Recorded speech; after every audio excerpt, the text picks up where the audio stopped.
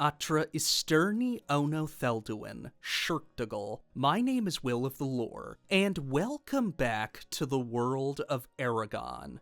Yes, Nerlin, and of course, Elfikin, your eyes do not deceive you. I am playing the oh-so-popular video game Oblivion Remastered. I thought the game's atmosphere really matched the tone I wanted for this video. Plus, who doesn't enjoy a little spellcasting and demon slaying in the background? Anyway, today's video is a real banger. It's been on my mind for a while now, and it's all about the upcoming Eragon TV series on Disney+.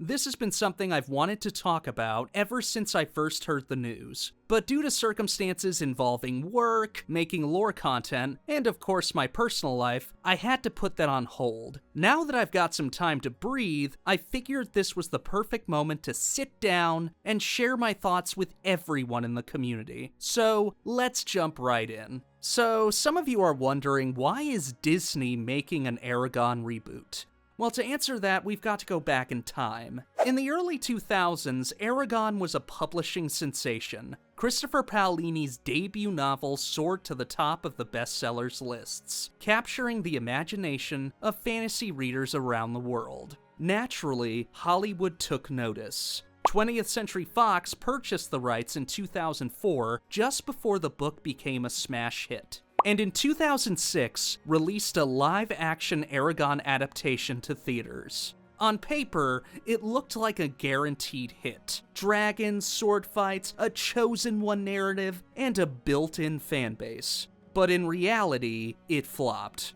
Not financially, it actually made a decent amount of money at the box office. But in the eyes of the fans, especially those who lived and breathed the world of Alagaësia, it was a disaster. The plot was butchered, key lore was ignored, and the characters felt like cardboard cutouts of their book counterparts. In fact, many consider it one of the most poorly received fantasy adaptations of its time. The dream of a full Inheritance Cycle film series died that very same year, but the fans didn't forget. Even after all these years, the disappointment from the 2006 film never really went away, but neither did the hope that Eragon might one day get the adaptation it truly deserved. That hope became real in 2021, when fans launched the Eragon remake campaign online, a movement Christopher Paolini later joined and supported. The idea was simple. Show Disney, who acquired the rights after purchasing 20th Century Fox, that there was still a huge audience who wanted to see Alagaësia done right. And it worked. The hashtag took off, fans rallied, and Paolini encouraged everyone with posts like, "Let's show them the power of this fully operational fandom." Then, in 2022, it finally happened. Disney officially announced that a live-action Eragon series was in development for Disney+. And this time, the biggest difference, Christopher Paolini is directly involved, co-writing the series and serving as an executive producer. For the first time, we might actually see Eragon told the way it was meant to be. So what's the current status of the Eragon TV series? Let's explore a few articles to get a clearer picture. As I mentioned earlier, the Eragon TV series is officially in development at Disney+, and Christopher Paolini is attached as a co-writer and executive producer, which is a huge deal. That means he'll be helping shape the story from start to finish, something fans have been hoping for from the very beginning. And let's be honest, we definitely don't want another 2006 situation. Bert Salk is also on board as an executive producer. You might recognize his name from the Percy Jackson and the Olympians TV series. Now, personally, I like Season 1 of Percy Jackson. It had its ups and downs, sure. But with Rick Riordan working closely with the writers and producers, I felt like it really captured the spirit of the original books. The second season was phenomenal, even better than the first one. As for Eragon, things have moved a bit slower than fans would like. Back in 2023, a showrunner actually signed on, but due to the writer's strike, which caused delays across the entire industry, including this series, they had to step away. Then, in 2024, according to a recent interview between Ibid and Paolini, another showrunner came on board, and a third followed. Paolini has been actively writing scripts since the showrunner joined in early 2024, and he's kept fans updated along the way. That steady progress has kept optimism alive within the community, especially after years of waiting for a proper adaptation. Then, on February 4th, 2026, Deadline and Variety dropped a huge bombshell. The Amazing Spider-Man's Mark Webb and Furiosa: A Mad Max Saga's Rachel Moore signed on as executive producers, while Forward Unto Dawn's Todd Helbing and High Potential's Todd Harthon are attached as co-showrunners. And if that's not enough, a writer's room has been active since late last year, with Paolini confirming that one of the writers will be Carrie Williamson. It's too early to tell how the community will react, but these announcements are at least a sign that the project is moving forward. So what actually needs to happen for this to succeed? It's pretty simple. Follow the story. We cannot repeat what happened with the 2006 movie. That film didn't stumble because it made changes. It stumbled because it made changes that shouldn't have existed. Angela is the easiest example. She's suddenly in Darrett instead of Tiram, dressed like a living, breathing oracle from Greek mythology instead of how she's described in the book. I remember watching that and thinking to myself, really, Fox? Really? That's how you pictured Angela? And then there's Brahm. Instead of being killed by the Rozak like in the book, he's killed by Durza. Or Durza riding around on a creature called the Beast, which, yes, looks flashy, I know, but that doesn't mean it belongs at the battle under Farthen Door. And this isn't just nitpicking. Those changes actually break things later. Without Eragon and Durza fighting beneath Isidar Mithram, Eragon didn't get the injury that defines Book 2. Arya never shatters Isidar Mithram, and Saphira loses a huge moment that gives her an identity of her own among the dwarves. That's not trivia, that's core story stuff. That's why faithfulness matters here. Not because fans hate change, but because the books already work. If the show changes something, it should be because it makes the story stronger, not because someone thought it looked cooler on screen. When it comes to tone, I really hope the series takes itself seriously. Eragon isn't a goofy fantasy, and it's not a lighthearted kid's adventure either. There's humor, sure, but at its core, it's a story about war, loss, responsibility, and growing up way too fast. I want Alagaësia to feel grounded, dangerous and lived in, not sanitized, and definitely not overly modern. As for casting, and this is my favorite part of this video, I actually hope that they're selective and choose actors who genuinely fit the characters. For roles like Eragon, Roran, Murtagh, Arya, and Nasawada, I really think they should go with relatively unknown actors. People who can disappear into the role and become those characters. Think of early Star Wars. George Lucas didn't cast big names for Luke, Leia, or Han, and that's partly why those characters felt real. Now, for characters like Brahm, Durza, Galbatorix, Oramus, and others in that tier, I'm totally fine with well-known actors, but only if they're cast for the right reasons. These roles need gravitas and experience. If a familiar face fits, great, but fame alone shouldn't be the deciding factor. Personally, I think Idris Elba would be an excellent Ajihad.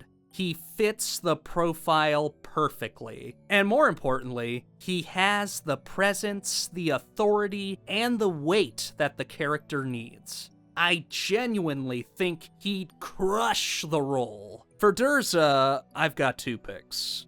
First is David Tennant. A lot of this comes from his performance as Crowley in Good Omens. That sharp, unsettling charisma mixed with humor and menace is exactly what Durza needs. He has the presence to feel intelligent, cruel, and unpredictable, and Tennant can absolutely pull that off. He's also no stranger to villains. Just look at Barty Crouch Jr. or Kilgrave in Jessica Jones. The second is Matt Smith. So, I was doing some research the other day for a future lore video on Durza, and I came across an image on Paolini.net. I'm not even sure it was meant to be Durza, but the second I saw it, I thought to myself, oh my god, that's Matt Smith. And honestly, he's not a bad second choice for the role. He's already proven himself as Daemon Targaryen in House of the Dragon. Give him long hair, red contacts, pale makeup, and some fangs, and yeah, you've got yourself a Durza. As for Galbatorix, and again, this is my personal opinion, I'd go with Richard Armitage. He's already played a Mad King before in the Hobbit series. Sure, that madness was driven by gold rather than the death of a dragon, but the core traits are still the same, the obsession and the cruelty. On top of that, he's at the perfect age. Old enough to feel ancient and experienced, but still physically imposing. And honestly, he'd do a better job than Scalpatorix from the 2006 film. No offense, John Malkovich, loved you in red. Then there's pacing. Probably the most important thing of all. This story needs time to breathe. Eragon's training, his mistakes, his failures, and his gradual growth all matter. Rushing through major events just to hit action beats is exactly what the movie did wrong. A TV format gives them the chance to slow things down, let relationships develop naturally, and actually explore the lore, instead of glossing over it. If the show gets these three things right, tone, casting, and pacing, then honestly, it already has a huge advantage over the 2006 film. Now for the big question. What are my thoughts on the TV series as a whole? Well, for starters, I think it's a huge positive that Paolini is actively writing scripts, that there's a writer's room open, and that someone like Carey Williamson, who wrote the new Highlander movie starring Henry Cavill, is involved. Now, I'm cautiously optimistic, and a lot of that comes down to creative leadership behind the series. Take Mark Webb, for example. Whatever you think about The Amazing Spider-Man, one thing that film did well was ground its chosen one narrative in personal loss. At its core, Spider-Man is a story about responsibility born from tragedy. Peter Parker gains power, makes a selfish choice, and that choice indirectly leads to his uncle's death. That guilt shapes who he becomes. Truth be told, that's not far off from Eragon. Eragon is chosen by Saphira instead of a radioactive spider, but the emotional roller coaster is similar. His uncle Garrow is murdered by the Rozak, and that loss forces him out of Carvajal and into a world he's not ready for. Power, loss, and responsibility. Those themes define both stories. If the show leans into the emotional core instead of just the spectacle of dragons and magic, then someone with experience handling character-driven origin stories could be a real asset. Another name attached to the project is Rachel Moore, who worked on Furiosa, a Mad Max saga. Obviously, that's a very different kind of story than Eragon. Desert wastelands and dragons aren't exactly comparable. What Furiosa and Eragon do share, though, is tough women in dangerous worlds. Having someone on the team with experience representing those matters. Furiosa also represents scale. It's a massive production with strong world building and a clear visual identity. And that kind of experience is important. Eragon is a big, sprawling fantasy. Its armies, dragons, cities, political tension, it needs weight behind it. So while the stories aren't the same, that level of production experience could absolutely be relevant.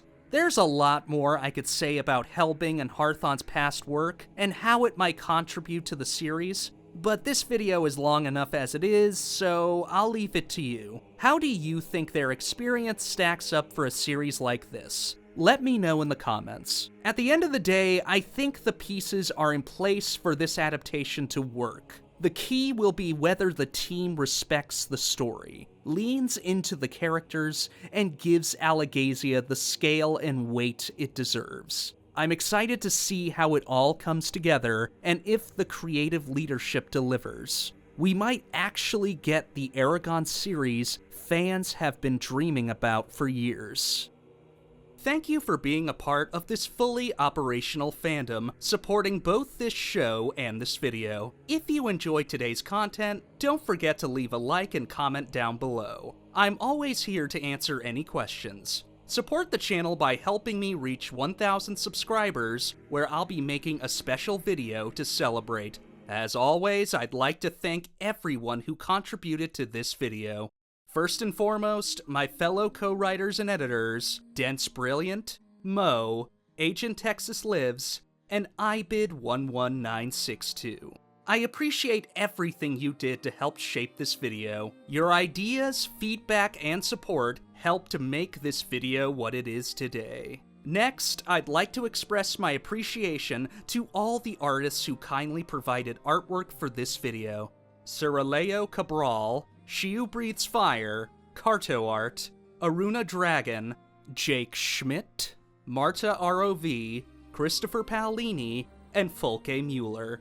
Thank you all for everything you've done for this project. It's creative minds like yours that bring fantasy to life. Finally, I'd like to thank the man, the myth, and the legend himself, Malta Wegman, for providing the music for this video. Please support Malta by subscribing to his channel at Malta Wegman. That concludes today's video, folks. I'll see you next time as we continue to explore the world of Eragon. Seonar swear dar Sitia Havas. May your sword stay sharp.